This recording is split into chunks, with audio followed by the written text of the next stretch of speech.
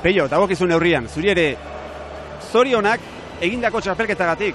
Gero hemen azken ahalegina, ez da behar bada, zuk nahi zenuena, txapelketa dotorea joan da, baina finala falta, txapela falta, Peio. Bai, ez, bueno, pena handia, azkenean, mena llegatzea da hainbeste jenderekin eta, bueno, ez jartzea txapel hori. Baina, bueno, Jokinek merezimendu osoz ailegatu da eta bira, eta bueno, berari enhorabuena eman. Zegin duzu, zu zeu galdu finala, alegia, txapelketan ikusi dugun Peio Etxeberriak gaur ez dugu ikusi.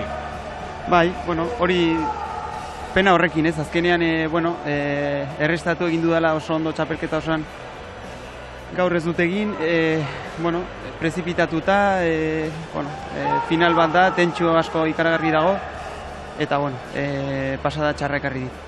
Galdutako 16 tanto, pelotaka da, hori da guk errutako datua, eta, esan dugu Peio, behar bada,